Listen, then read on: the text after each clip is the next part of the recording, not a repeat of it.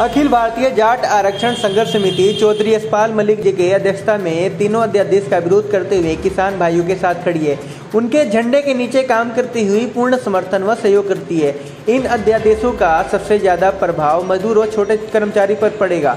उन्होंने कहा कि इससे जो बड़ी बड़ी कंपनियां हैं किसानों का जमीन ठेके पर लेकर उस पर 5-7 साल खेती करेगी और खेती करने के बाद जो फसल होती है उसे दुगने दामों में बेचेगी, जिससे किसानों की रोजगार पूरी तरह से ख़त्म हो जाएगा।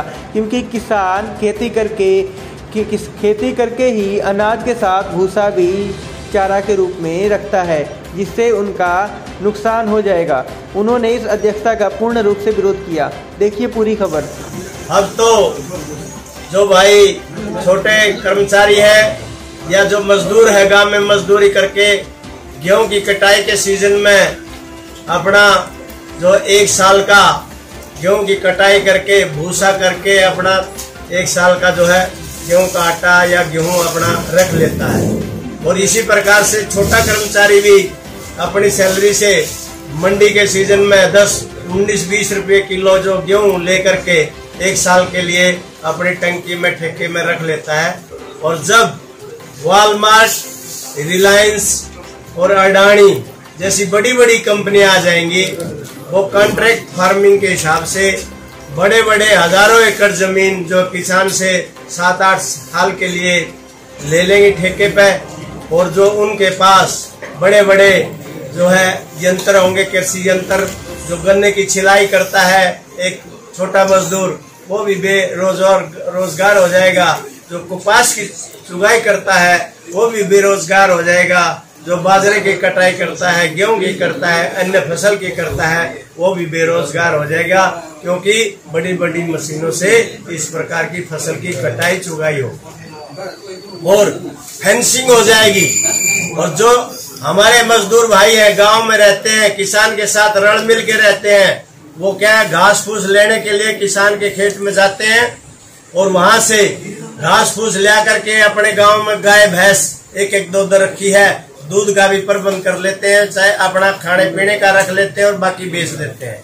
वो भी एक तरह से बेरोजगार हो जाएगा। तो कहने का भावार्थ ये है, जिसमें सबसे ज्यादा अगर असर पड़ेगा तो छोटे मजदूर को पड़ेगा और छोटे मजदूर को पड़ेगा और किसान जो है कर्मचारी को पड़ेगा। किसान को तो फिर भी पैसा मिल जाएगा, वो भी उसका दुरुपयोग करेगा। कोई चीज लमसम में मिलती है उसका मिसयूज होता है। वो इसीलिए कंपनियां क्या करेंगी, पहले हम आपको मुनाफे में गेहूं खरीदेगी या लीज पर जो है 50,000 का किला है तो 70 में लेगी, प्रलोभन दे करके किसान से जमीन ले लेगी। और उसके बाद फिर क्या है, इसी प्रकार एक ताजा उदाहरण है ब्रिटेन की डेयरी। उन्होंने क्या किया, वॉलमार्ट ने सस्ते दामों पे दूध लिया और जो अपनी ब्रिटेन की डेयरी थी उसका दूध महंगा था, उसकी बजाय उन्होंने सस्ते में लिया। जब वो बिल्कुल क्लोज हो गई तो वो बंद होने के बाद अपनी मन मर्जी से उसका भाव होगा, क्योंकि उसका कंपटीटर नहीं रहा, मोनोपोली करी। यहाँ तक कि आप देखिए रिलायंस ने 1.5 साल फ्री दिया, फिर 145 रुपये, फिर 199 रुपये, फिर 399 रुपये। और जब सारी कंपनियां एयरटेल, वोडाफोन सब घाटे में चली गई, इवन BSNL तक की भी घाटे में चली गई, तो उसने आज 84 दिन के लिए 555 रुपए का इंटरनेट दे दिया।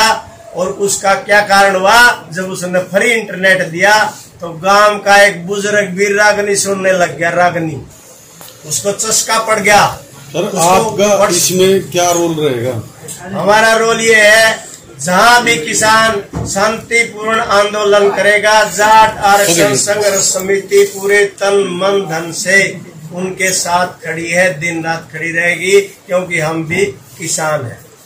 उपचुनाव जहाँ भी होंगे, बिहार में होगा, उसमें वहां भी पड़ेगा। रही MSP की बात भी बताई भाई ने, MSP दिखावा है। MSP के हिसाब से आज बिहार का जो वहां मक्का होता है 1750 रुपये MSP है मक्के का, 800 रुपये में कितना लेगा। और यहाँ भी बाजरे का ऐसा ही होगा, कपास का ऐसा ही होगा। MSP कहने के लिए अगर सरकार अपनी जान बचाने के लिए, खाल बचाने के लिए 2 साल तक एमएसपी दे देगी। जब बड़ी बड़ी कॉन्ट्रैक्टर फार्मिंग हो जाएगी, जब अपना हाथ उठा ले।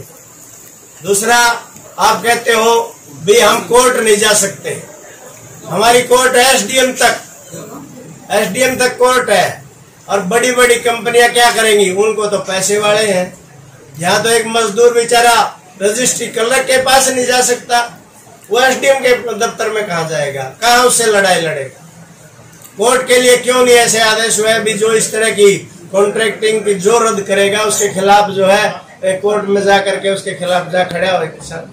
तो इसलिए तीनों अध्यादेश, जब 5 जून को लॉकडाउन था, ऐसी क्या देश का आफत आ रही थी, इस तरह के अध्यादेश लाने की सरकार को। ये बिल्कुल सरकार की मंशा, ये झूठी सरकार है बिल्कुल। और क्या कहते हैं कि दूसरी पार्टियां, कांग्रेस फलाना धकड़ा, ये किसानों को बकारी। क्या किसान अनपढ़ है? क्या मोदी पढ़ा लिखा है? क्या हम बेवकूफ हैं? क्या हम पढ़े लिखे नहीं है? किसान का बेटा आज आईएएस में सबसे फर्स्ट आया है, प्रदीप मलिक। कैसे कह रहा हो किसान का बेटा अनपढ़ है? चाहे कांग्रेस हो चाहे कुछ हो, वो किसान तो है।